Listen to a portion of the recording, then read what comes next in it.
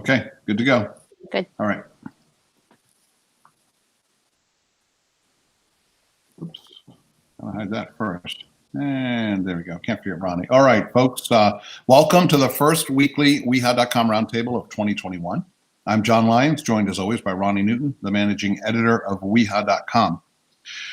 Probably not since our very first show back in early March has there been so much breaking news happening so fast. Unfounded claims of election fraud supported by formerly respected members of the House and Senate, complicitly aligning with the president with the only goal of advancing their presidential aspirations by wooing Trump supporters.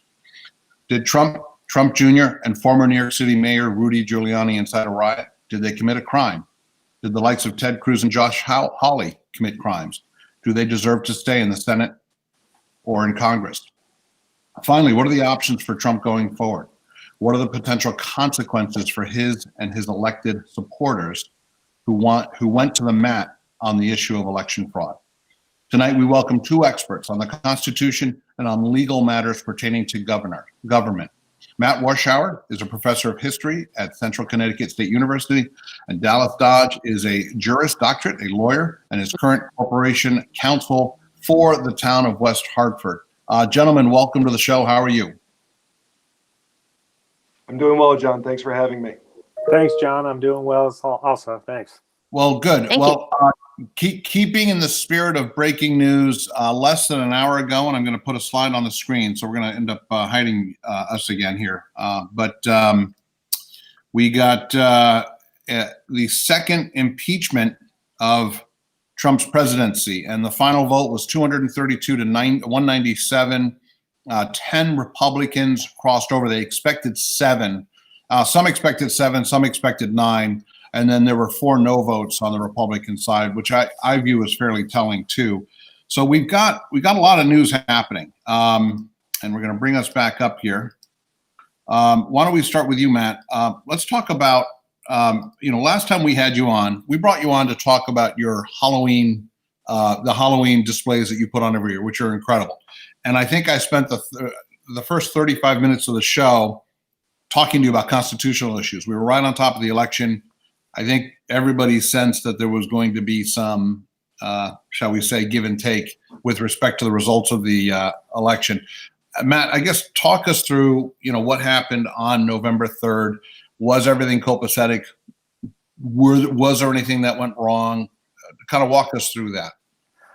On the whole, there was nothing major that went wrong. There have been major studies of presidential elections over decades, and the degree of voter fraud in the United States is so incredibly low as to be virtually minuscule. And in particular, in regards to what happened in the 2016 election, with so much concern about foreign involvement, i.e. Russia, this election was watched meticulously. Now, of course, COVID made things that much more harrowing because people weren't going to be able to show up. There was much more absentee balloting, things like that. But this election was watched very, very carefully. And Trump's own election guru, his manager, who was overseeing all this and watching what was going on, said that everything went really well. And then Trump fired him for making that statement. So, the idea that there was massive election voter fraud is just simply unfounded. We know that we've had 60 cases before various courts of judges who were democratically nominated, judges who were Republican in their background, and no court, not one, has come up with any determination that there was fraud in this election. So it's just unfounded. And this is the major problem, is that Trump and so many Republicans were continuing to state that the election was stolen, which just, and let's also remember, and I'll finish with this is something that he put forward prior to the 2016 election, when he didn't believe that he was going to win that election. He kept saying, and there's going to be fraud and it won't be a proper election. And then he won and he had nothing to say about fraud. Okay, so one of the narratives has been, I'm not going to get into machines and all that. That's not our area of expertise. It's not what we're here to talk about. But one of the narratives we've heard pushed by Trump's team, trying to push the overall fraud narrative, is, Well, Trump was way ahead early on in states like Pennsylvania, Wisconsin, Michigan, Arizona, and Georgia, and I think even Texas. But Texas ended up going pretty easily to Trump in the end. And then Biden kind of caught up, and it rubbed people the wrong way. Geez, where are these votes coming from? Talk a little bit about what that phenomenon was. Well, I think a lot of that. I mean, look, we always know that we're used to instantaneous everything these days, right? But counting these votes, and especially this time around, counting these votes and double counting these votes to make sure they're absolutely accurate, it takes time. But one of the other things that we know is that in rural areas, there is a tendency that there's not necessarily as many people voting, and therefore there's a fewer number of votes that need to be cast. In the urban areas, it generally takes a bit longer for those votes to be fully tabulated and then turned in. And we have in this country a very, very much a rural-urban divide, and we saw that in Georgia just a little over a week ago, where at first Republicans were ahead, and then as more votes came in from the larger populated urban areas, things flipped. So, I mean, I think that pretty well explains that phenomenon. And I think the Georgia election, the Senate runoffs were fascinating. I think that's a topic for a show on its own, because so many things broke in the last week. Trump calling for the $2,000 stimulus, Mitch McConnell going against him, the candidates not knowing, where to side on this whole fraudulent claim issue. I mean, it was a pretty brutal run up to their election. And then I think over $250 million was spent. I don't remember if it's by each side, but like I said, I think that election is a topic for a show on its own. So, all right. So November 3rd happens, and the networks are being very, very careful. I don't think the race got called until Saturday late morning, if I remember correctly, when Georgia finally came in.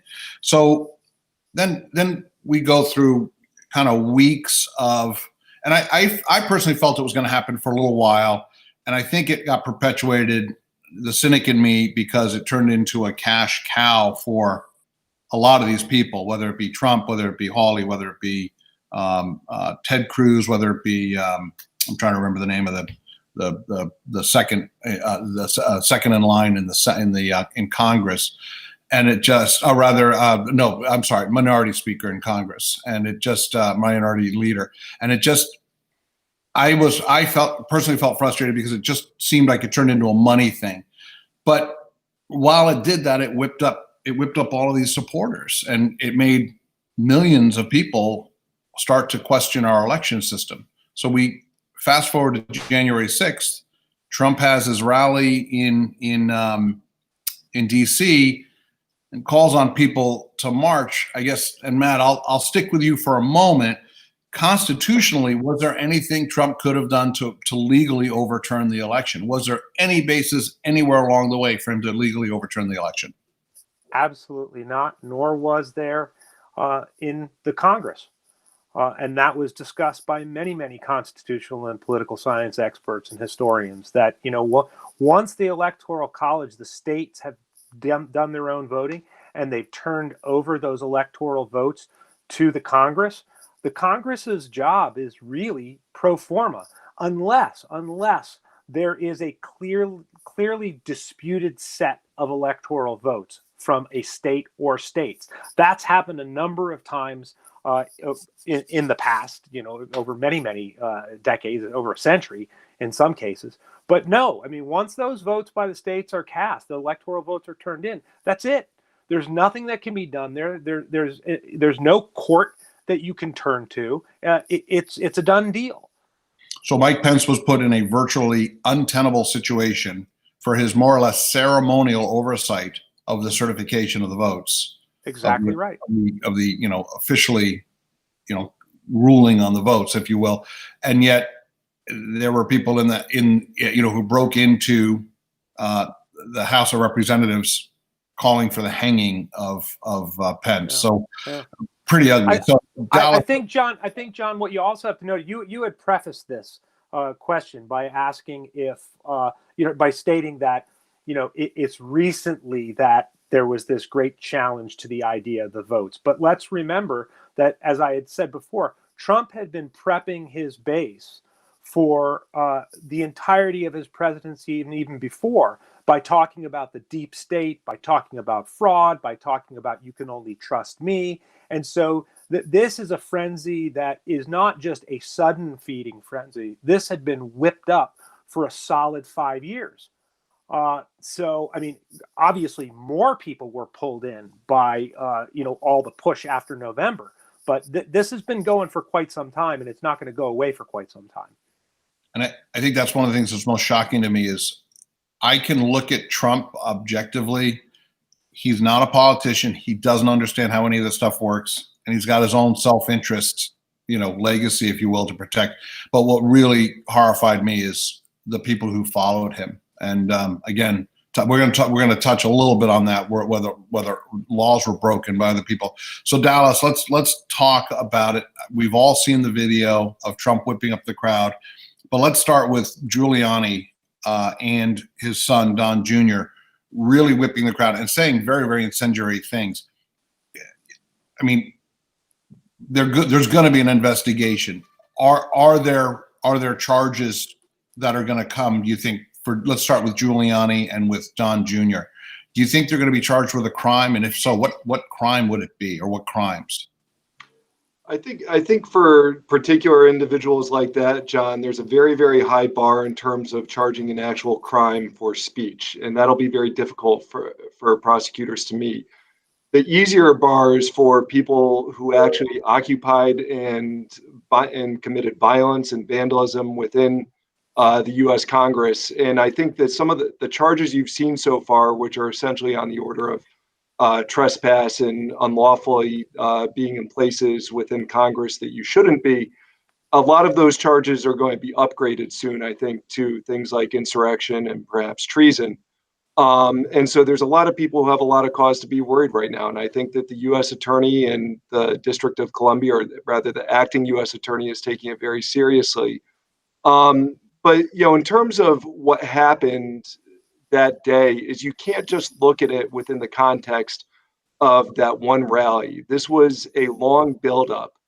And we have there's a poison that has infected the U.S. political system when we have a two-party system, and one of the parties, a significant, probably almost majority of it, has taken the position that they simply won't accept the legitimacy of an election that they didn't win, or if they didn't win it, that they won't accept the legitimacy of that.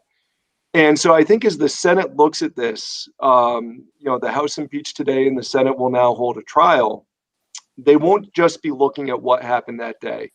They'll be looking at the whole context of everything that happened from before the election, through the election, and after the election, up to that rally. It's going to be a continuum that they have to look at in terms of how did the president incite people to commit violence and to commit insurrection against the United States. And that's the $1 million question.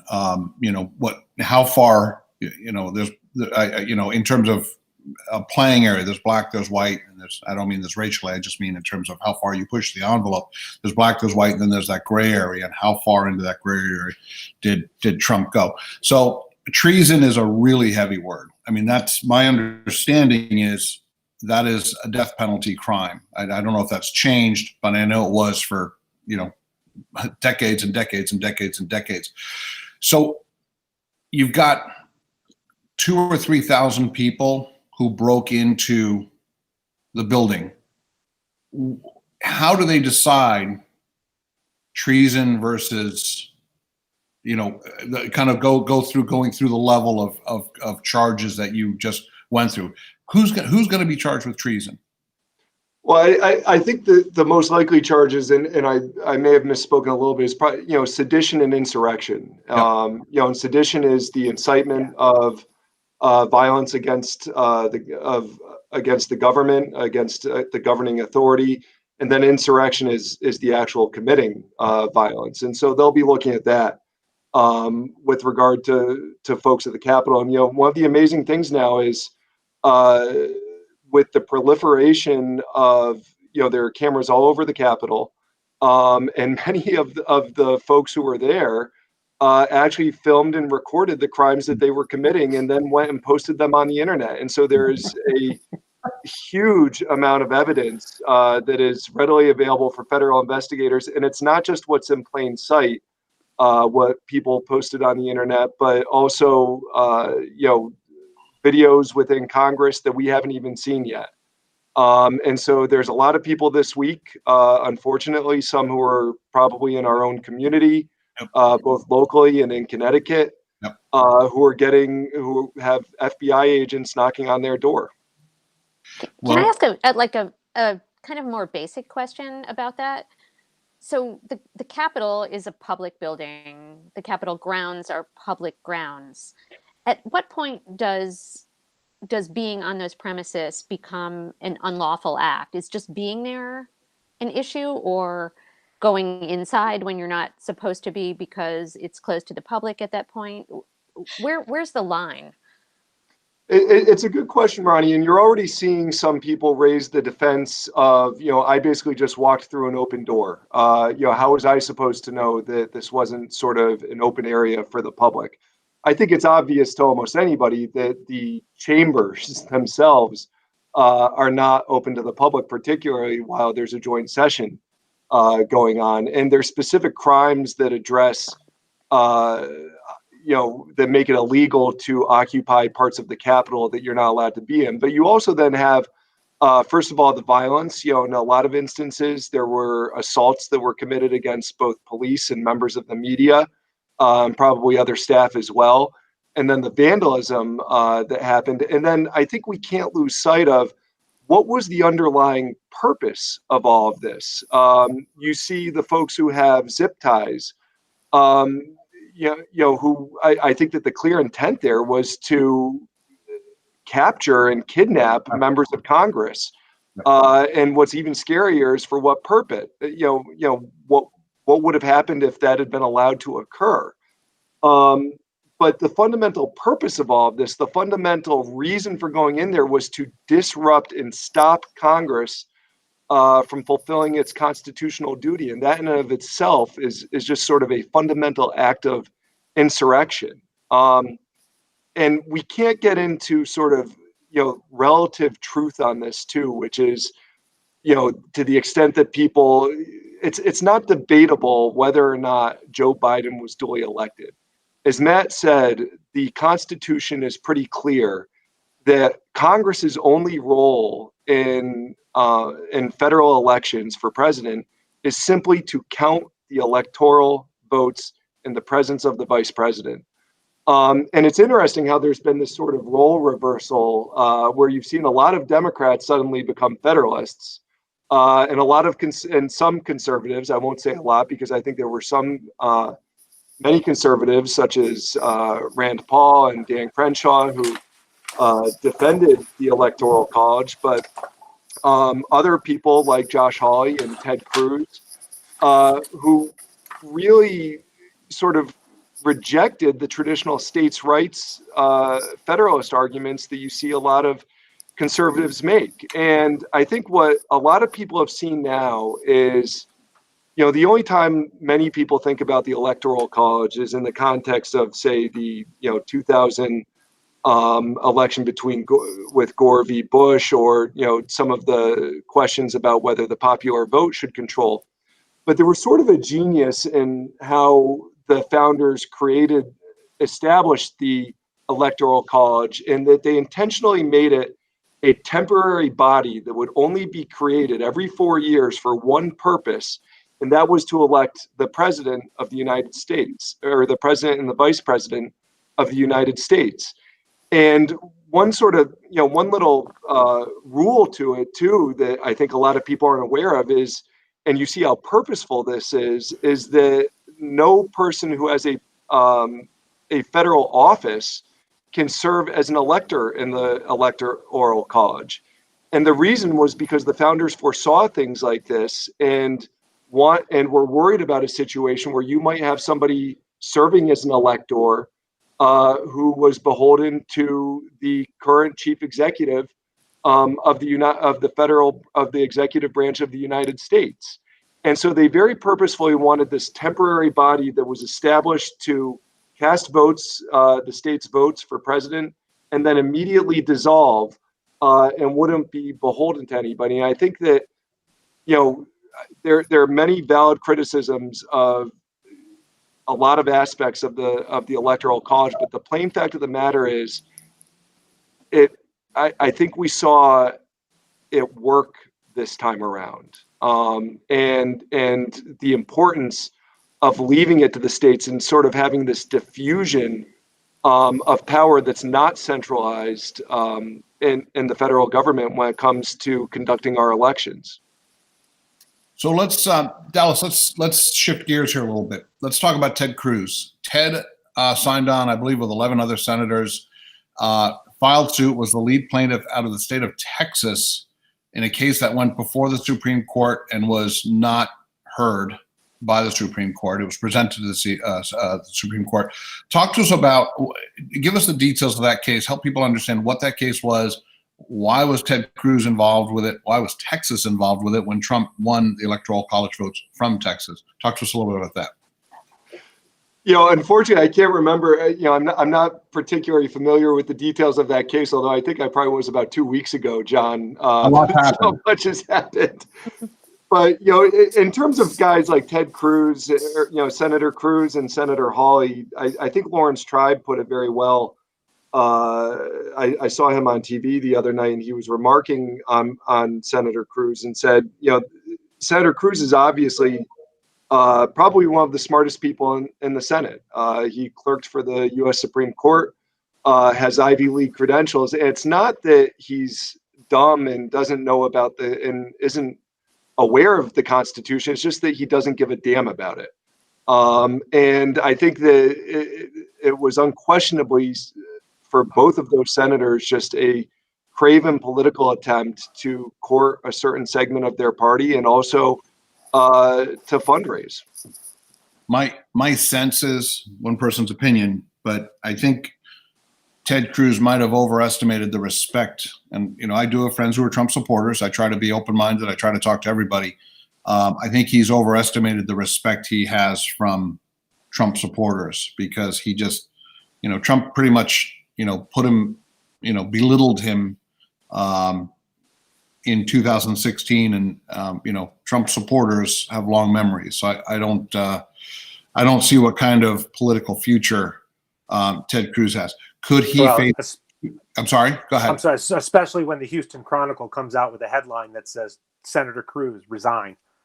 Yeah, there's calls for resignations, or call at least for him to lose his. I think his Judiciary Committee, lose his role on the Judiciary Committee. So he's got some tough times ahead of him. And Dallas, you referred to some local folks, and I'm not going to mention names. I'm not trying to go after anybody here, but there was a local politician who, I believe, innocently said something, but unfortunately, her timing was terrible, and she's catching a lot of flack for it.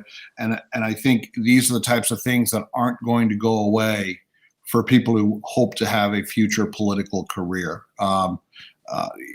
Anything involving insurrection, anything involving going against the whole of the U.S. government, even if it's very peripherally, I think somebody's going to have a hard time shaking as long as they're active in politics. So Matt, back to the constitutional piece of it. Is this all over? No, it's definitely not over. I mean, we had a vote on impeachment today, right? It's not over. What happens in the Senate as to whether or not this current Senate is able to take it up before the 20th, which I seriously doubt they will, and then it turns over to the next Senate. What I think is really critical, and a lot of people don't fully understand, and in fact, I was listening to an interview this morning with a Republican representative from Colorado, who was claiming that Nancy Pelosi was just a cynical, attempt to, just besmirch the Trump, and that it was all about fundraising. And The impeachment issue is much, much more than that. And the key component of impeachment here is in holding someone accountable for their public conduct. And we have to remember, as Dallas was saying about the question of are we going to be able to prove that Donald Trump Jr. and Rudy Giuliani are guilty of a crime? I fully concur with Dallas on that. I don't think you're going to be able to prove that. But when you are holding public office, and impeachment isn't necessarily about proving a crime. And, we can talk about some of the slides that I had sent you. But one of the key things that people have to understand is that if Trump is found guilty by the Senate under impeachment, he can never hold office again.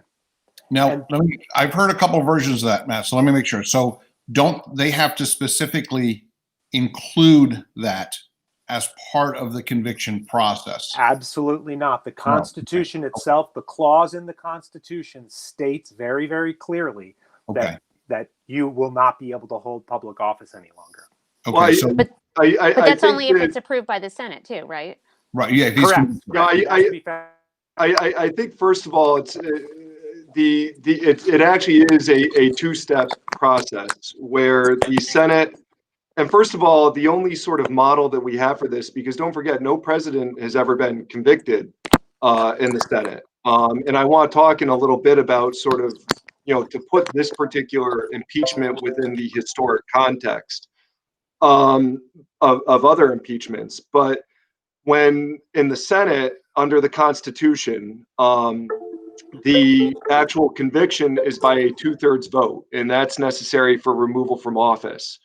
In order to prevent somebody from ever holding, I believe it's worded as, a position of honor or office. It's not 2/3. You can have a simple majority to convict in the Senate. I'm fairly certain it's a 2/3 vote, Matt, to convict in the Senate. But to prevent somebody from ever holding office, there's no number of votes specified, and so you sort of revert to the typical parliamentary rules, and so that would be a majority vote. And so, if the Senate were to convict the president, they would need to do that by a supermajority. And then, if they wanted to prevent him from ever holding federal office again, they could do that by a simple majority. That was what my understanding was too. So, and I thought it was a two-step process, but it's, this is a murky area. This is not something that people have ever talked about, or at least seriously, since 1974, because I think there was no question Clinton was not going to get convicted. So I think we're back to August of 74 on that one. So let me, Matt, let me do this. I'm going to bring up your slides. So bear with me. The videos are going to stop for us folks here. Yeah, go ahead, Ronni. I was going to say Google does say 2/3 vote of the Senate to convict. To convict and remove, right. And the penalty for an impeached official upon conviction is removal from office. Right. And that's Senate.gov history. Yeah. So Matt, I've got your slides up here. The first slide you've got is a quote from Alexander Hamilton. Talk to us a little bit about that. All right, let me pull that one up for myself. So this is from Hamilton. This is from Federalist number 65, and he's talking about the nature of what impeachment should be. And of course, the Federalist Papers were attempts to advertise for and promote the passage of the Constitution, in particular in New York State. And what Hamilton says here, and this is the key component of it, is in blue, you can see. It states a well-constituted court for the trial of impeachments, the subjects of its jurisdiction are those offenses which proceed from the misconduct of public men, or in other words, from the abuse or violation of some public trust. They are of a nature which may be peculiar propriety be denominated political, as they relate chiefly to the injuries done immediately to the society itself. And so if you're talking about inciting insurrection, and improper conduct or misconduct of a public officer, I think that's exactly what we're talking about here. And then it says further later in the document, it says, what it may be asked is the true spirit of the institution itself, meaning the impeachment body. is it not designed as a method of national inquest into the conduct of public men? And so, the founders, they foresaw these issues and these problems of power that existed. And then you've got a couple other slides here. We talk about the U.S. Constitution, a couple of articles. So, Matt, I'll let you take us through this. Well, the first article is simply Article 1, Section 3, which talks about the impeachment clause itself. And it says it shall not extend further than removal from office and disqualification to hold and enjoy any office of honor. So that's what I'm talking about with that it states, you're going to be disqualified to hold office. But you could still be liable to criminal punishment. The other slide has to do with the 14th Amendment, Section 3, and this is something historians have been bringing up quite a bit of late, just over the past few days, is that there is a section of the 14th Amendment that not too many people think about or remember, and that has to do with the attempt by Republicans of that day, of the Civil War era, of keeping those who had been major leaders of the Confederacy that had served in the Congress or served as judges previously, and then violated their oaths to the Constitution by being involved in the Civil War.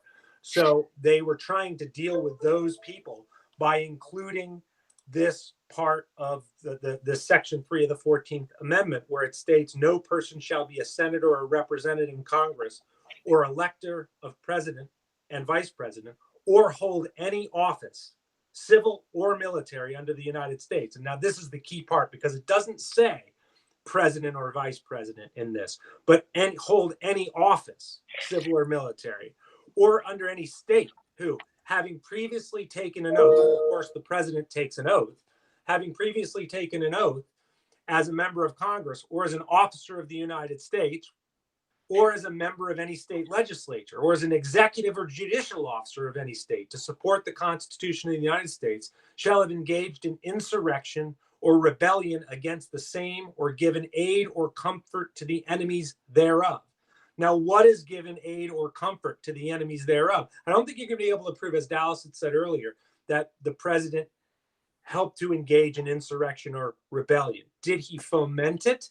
We could have an argument of that. Did he give aid and comfort to the enemies thereof? And this is going to replay for a lot of people in regards to this question of him saying, you're special, we love you, calling them forward to march on the Capitol. These are the issues that are going to arise. So I'm going to take this down and bring us back up here. So bear with me a second. So I got to grab a plug to stick into my phone. Hold on. Okay. All right. So I do want to move the conversation over to, and I think to Matt's point and to the Constitution's point, it's tricky because it's not, I don't feel it's black and white. I definitely feel it was over the line. That's just an opinion, but it's not, I think it's going to be a tough, I think it's going to be a tough debate going forward. And McConnell has not stated where he's going to go. I know the Senate will probably follow his lead on it. And I think the talk now is they're going to wait, let Biden get through his 100 days in 100 first days in office to kind of, hit the ground running. But let's move over to the 25th Amendment, which that talk is quieted down. In the introductory remarks, I said there's a lot of news happening, and earlier today it was made very clear that Pence does not support invoking the 25th. I personally think if they were going to invoke it, they would have done it last Wednesday. Didn't happen. That's quieted down. But Dallas, why don't you give us a rundown what your understanding is of the 25th? I believe it's Article 2, Section 4, if I remember correctly. Talk to us a little bit about the 25th. Do you think it was a close call? What have you heard? Yeah, what a lot of people are arguing, I think what the vice president has said is that the 25th Amendment really deals with presidential impairment and incapacity to carry out the duties of office. And I think most people have thought of it in terms of sort of medical incapacity or things like that. When we've seen the 25th Amendment invoked, it's typically if a president is going under anesthesia or something like that. And so whether it's appropriate for this particular situation, I'm not sure. I think that like impeachment, it's fundamentally a political question. What constitutes incapacity or impairment? Could a unwillingness to simply carry out the duties of office be considered incapacity? And I would argue that perhaps refusing to marshal the forces of the United States to protect the U.S. Congress might in and of itself be an incapacity. And so, whether the 25th Amendment is appropriate or not is I think, debatable. But I do think it goes to sort of another issue, which is we've seen one troubling thing that started last week, and I'm happy that it seems like it's slowed down now, is that we saw Elaine Chao resign as Secretary of Transportation and Betsy DeVos resign as Secretary of Education. And also the acting director of Homeland Security has now resigned. We also have an acting attorney general. And cabinet secretaries are officers of the United States, and they take an oath to the Constitution, not to the man, not to the president who currently inhabits the office. And I think that for folks who are in that position right now, it's critically important that they not abandon their post. And I understand that they may be disgusted or revolted by presidential conduct, but they play an important role in the 25th Amendment, and that you need the cabinet to vote to support a vice presidential declaration that the president is incapacitated if it gets to that point. And if we simply have, and if those officers have resigned and they're simply acting people in their place, I think there's a question whether those acting people can even vote to invoke the 25th Amendment. Right. And again, an acting person who's not been confirmed by the Senate is probably more likely to be loyal, to have loyalty to the person who's in the office and not to the office itself of presidency. And so, I'm happy that it seems like we haven't seen many more resignations, at least at the cabinet level, and I hope that we don't, because I think it's critically important that we sort of continue to have a full complement of cabinet secretaries available in case it does get to that point where the 25th Amendment needs to be invoked. And by the way, there's a complicated process if it were to be invoked, where Congress actually has a role where there's congressional review of the 25th Amendment being invoked, and then it goes back to the cabinet. And so it's not just a matter of sort of snapping your fingers and all of a sudden the president is no longer has the duties of president. By the way, it doesn't remove the president from the office of presidency. It simply temporarily removes his powers and duties as president. Yeah. I think a lot of these. Dallas, do those rules go into effect if a president goes under anesthesia? All of the whole processes of it being reviewed by Congress, or is it just if it's invoked for a different reason? There's different rules. Presidents can invoke the 25th Amendment themselves, which they typically do when they go under anesthesia. And so there's a different process there. And typically too, that's only for a matter of a few hours. It's not for an extended period. We haven't seen, thank God, a president be ill for a particularly long period of time. But it's just it's sort of incredible. And Matt is a professor. It's got to be fascinating to live history right now. Just where you realize all these situations that are coming up, these questions, there's not clear-cut answers to them because of how historic they are, and it's really so unprecedented what's going on in the country right now. And it's Dallas is right, and it's also the nature of democracy, and we can't forget. And this is something that I impress upon my students, and every time I teach U.S. political history, is our republic is an experiment in government, in representative government. And we can't ever forget that. And it's constantly, there are constantly new ideas coming forth, and we might argue over some of the same things for decades and decades and decades. But there are new issues that come forth, like the one that we're living through right now when we are living history.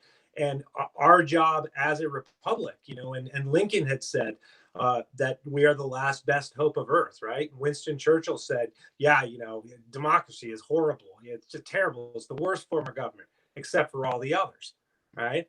And so this is a test of our system.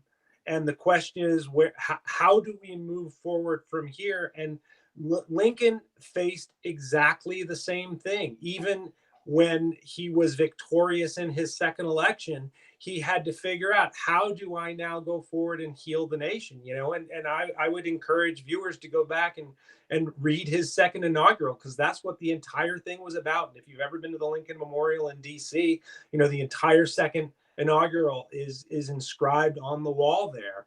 And his greatest concern, as I'm sure Biden's is how do we move forward and try and secure the nation, of course, which is what we need to do, and stop the insurrection. But how do we go forward to heal the nation? And that is an extremely difficult thing to do. And I talk to a lot of my friends who are Democrats, and they are as angry and livid over what has happened as Republicans are over their belief that the election was stolen. It's complicated. I commented earlier, a lot of this, particularly pertaining to Trump's remarks and all that, is not black and white. In Dallas, I think you brought up a good point talking about the 25th Amendment, where it was designed, if I recall, after the Kennedy assassination. Is that right? Okay, it was just, so it was 63, 64. It was designed, and it was designed for medical purposes. And I'm reminded of a great movie. If you've not, I'm sure everybody here has seen it, but if you haven't seen it, I highly recommend it. Remember the Caine Mutiny? One of my favorite movies of all time. Ronni, we've been talking a lot about movies the last 24 hours. So somebody in the remarks last night quoted the American president when at a council meeting. I thought that was a great moment. But so another favorite movie of mine. But I would recommend seeing that movie, and where they relieve Captain Queeg of power, and then it ends up as a court-martial, and it wasn't black and white, and it was very, very, very gray. And that, putting it into politicizing this, or even making it look like it could be argued that it's politicized versus kind of, hey, this is a slam dunk. This is, clearly the faculties aren't there to continue the powers of the presidency, whatever reason. I don't know. I don't think it's as easy, and I do respect Pence's apprehension in invoking it. I don't think it was a slam dunk call as some have presented it to be. But it's scary times, because he did help incite an insurrection. So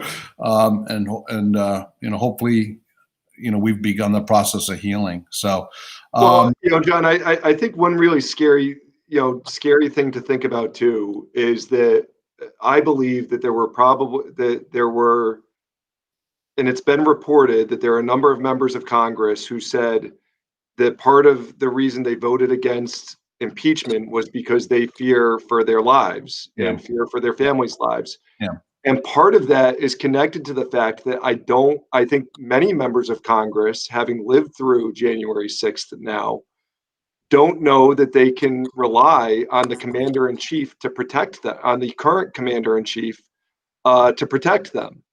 And that dynamic, fortunately, will be removed if impeachment is taken up in the Senate after Joe Biden takes the oath of office. And so you will see sort of a new dynamic at that point. But that's scary in and of itself. And we've got to look at the historic context of this, where when you look at other impeachments, first of all, President Trump is only the third president in the history of the United States to have been impeached. He's now the only president to have been impeached twice. But not only that, when you look at the seriousness of the charges here and how they differ from, Bill Clinton was impeached for effectively having committed perjury, which in many jurisdictions would be a misdemeanor. Andrew Johnson was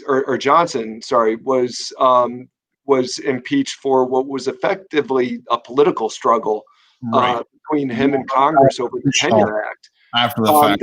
call. Yeah, they were, even if you sort of agreed that they had committed what the conduct that they were accused of, I think there was this legitimate question of, did it arise to the level of a high crime and misdemeanor?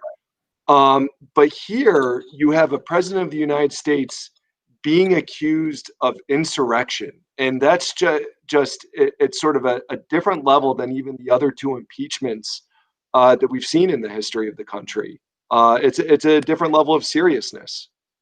I often debate politics with a very good friend of mine who's a very learned historian. We often talk about Nixon, and he thinks, now he's a big Nixon fan. And in fact, I've learned so much about Nixon through him and how moderate he really was. He tried to introduce national health care, which is, I never knew that. So little details. And, but he views the Trump impeachment, this one, the second one, is far, far more serious than had impeachment gone through for Nixon. He views this as a far more serious crime. And I think he's, as a Nixon expert, I trust his judgment on that. The difference is, I think the other impeachments have involved sort of an abuse of power, or really in the case of President Clinton, a sort of a pedestrian, but not to say that what he did was right, but whether it rose to the level of a high crime and misdemeanor. But insurrection differs from both of those situations in that it's a crime against the United States itself. This is not jaywalking. It's not committing a crime against just another person. This is a crime against the country itself, what the president has been accused of. John, what's interesting here is I think that what Clinton did does rise to a misdemeanor, obviously. I mean, he lied to a grand jury, he committed perjury. He also used the power of the office to, and I think that's an important fact. I know that wasn't one of the impeachment articles, but he did use the power of the office to, shall we say, arrive at his, Sure. Yeah, so, I don't know how to put this, but he didn't. His act of his misdemeanor of lying to the grand jury wasn't done in the guise of the presidency, right? It wasn't a presidential act. He lost his law license in Arkansas for it, right? Yep. So that's one thing. I know a number of historians who are very, I'm not an expert on Nixon, but who feel that Trump, going into his first impeachment trial last year, had done far more than Nixon had actually done. And Nixon was going through the impeachment process and resigned only because he knew he wasn't going to get enough Senate votes to survive. And I believe he had the majority of the Senate, if I recall, in '74. I believe the Republicans held the Senate. Yeah, that's when he decided. But, in regards to, just one last thing, in regards to what Dallas said about, some Republican representative senators who decided to not vote against against Trump in the first impeachment trial because they were afraid for their lives. Well, when you take an oath to the Constitution as a representative, you take an oath to the Constitution. You are supposed to uphold the laws of the United States. And when I hear something like that, and I think about our soldiers who are going overseas and fighting on behalf of the United States and upholding their oath to the Constitution, I think, these people, if they cannot stand up and defend the United States for fear of a president or for fear of his followers, that's the very nature of the issue of power and liberty that is at the heart of this nation's history. They shouldn't be serving as representatives or senators if they can't make those tough decisions. There is talk of writing a law and giving all of Congress additional security, which sadly in these times probably makes sense. Probably made sense before these times, but anyway. So I think of the quote from Bill Clinton, and I always laugh. I use it to this day. It depends on what your definition of is, and one of the all-time famous lines that came out of that trial in the Senate. So anyway, we've kind of zipped through this hour here. Matt, I guess I'll start with you, or Ronnie, I'll start with you. Any last questions for Matt or Dallas before we start to wrap I got up? one question via text, which is, what's the difficulty in impeaching someone after they've left office? Anybody want to answer that? Who? I don't think anybody can give you a straight answer on that because it's never been done.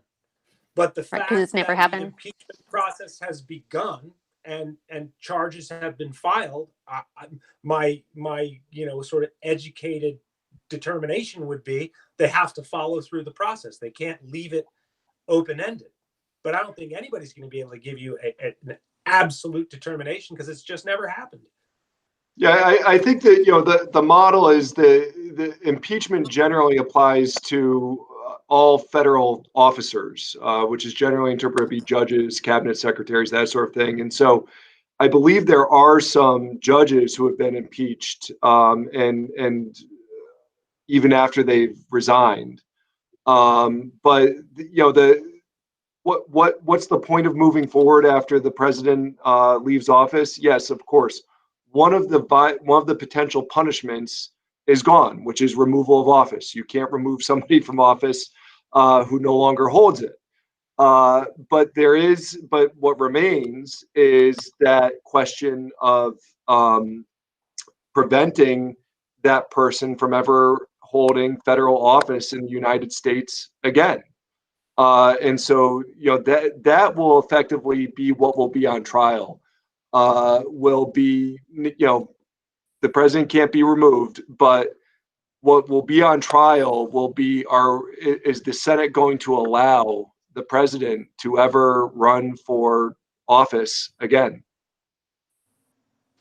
And aren't there other pieces to that too, like no longer being able to be involved in security briefings and other rights that former presidents have that would be taken away at that point? Or They take away his pension. I'm pretty sure of that too.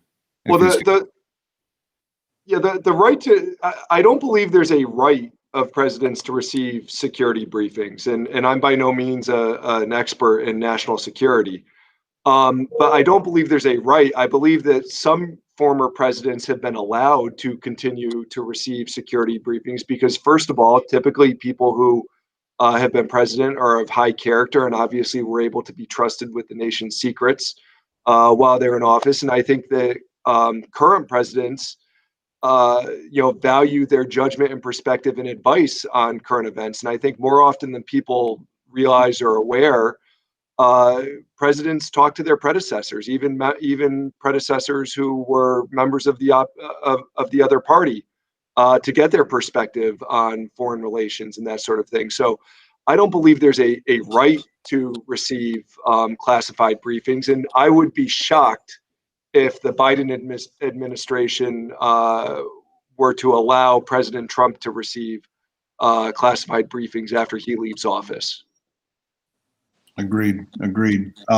Matt, any last words before we wrap up? I do have two news stories that broke during this broadcast, and I'll share them with you now. Ronni, I'm sure you saw them too.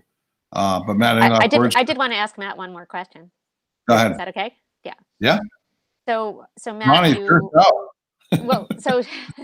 so Matt, in one of your displays a couple of years ago, you focused on the death of democracy.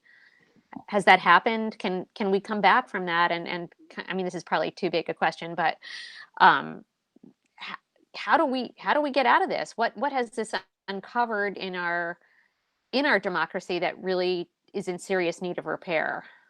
It's probably another hour. That's a semester course, Ronni. Sorry. Can we come back from this? Yes, of course we can come back from this. I have never seen politics and partisanship this bad in my lifetime. I think a lot of historians would agree that we haven't seen anything this bad since really the Civil War era. And are we on, John had said something earlier that sort of rubbed my ear, made my ears burn, that we're on the road to healing. I don't know that we're there yet, John. Perhaps when Biden comes in, maybe that will be the beginning of it. But, we have not talked very much about the fact that, 10 days ago, a RV exploded on the streets of Nashville. And it wasn't meant to kill. It was meant to create destruction. My concern is we're going to start seeing a lot more of that. We can't forget that the first act of large scale, I mean, truly large scale terrorism against the United States was a form of domestic terrorism, not foreign terrorism. And it predated 9/11. And that was Oklahoma City and Timothy McVeigh. That came from an extreme right-wing Christian identity group. We've got to keep that in mind. These people and these organizations have been preparing for this for 30 years, and they're not going to go away quickly. And so what can we do about it? We have to take it more seriously. Our federal government, the FBI, has to take it more seriously and go after it more fully. But I think the real key to this, and I've been thinking about this for about the last 2 years, the real key is what is happening right now with all of these corporations that are pulling their money from and shutting down extremists. And that's what needs to happen. Americans of conscience need to stop spending their dollars on any organization that supports these organizations. And for example, if you are, as I am, sort of appalled by something like Fox News or Breitbart, you find out who's advertising on those organizations and you stop supporting them. Then you let them know you're going to stop supporting them. In America, the mighty dollar is all. And that's a way to go about doing with this with the least amount of bloodshed as possible. At least I believe it. So it's an idea. But that's also where, Ronnie, I'm hopeful, because I think, as Matt said earlier, and the mayor actually said last night, Mayor Cantor said the American experiment has never been easy. It's been messy. It's been difficult. We fought a civil war where there were 400,000 Union casualties defending the Union. It's never been easy, and it's not supposed to be easy. And so I'm somewhat hopeful. I think this is probably one of the most difficult times. I think that this is the first time where we've seen where sort of the rot is at the top. But at the same time, I am hopeful that we will be able to get through this, because we have before. Yep. And it's not going to happen overnight. It's not going to happen tomorrow. It's going to be a long road, but I think that we are going to start making progress. And I think that constitutional democracy will survive this. And on that note, Trump did just put out a video, and he condemned the Capitol violence. And he said that, quote, violence and vandalism have absolutely no place in our country. So that video came out while we were broadcasting here. Ronni, any last questions before I sign off? I got one more news story. I think did you see the Lamont story? I'll let you share. I wanted to just wish Governor Lamont good healing from his hip replacement that happened today. So we're wishing Governor Lamont well. We had him on in November, and we hope for a quick recovery so we can get you back on and get him back on and do some more grilling of our governor. So Dallas Dodge, thank you so much. Really appreciate it. I'm with you. I think the glass is half full. I hope that's the case. It's a complicated time for us. Matt Warshauer, again, thank you for your expertise. We're grateful for having you on, and we hope. My pleasure. Thank you for having me. We hope you guys will come on again. And for Ronnie Newton, I am John Lyons, and we'll see you next time. Thank you, John. Thank you, Ronnie.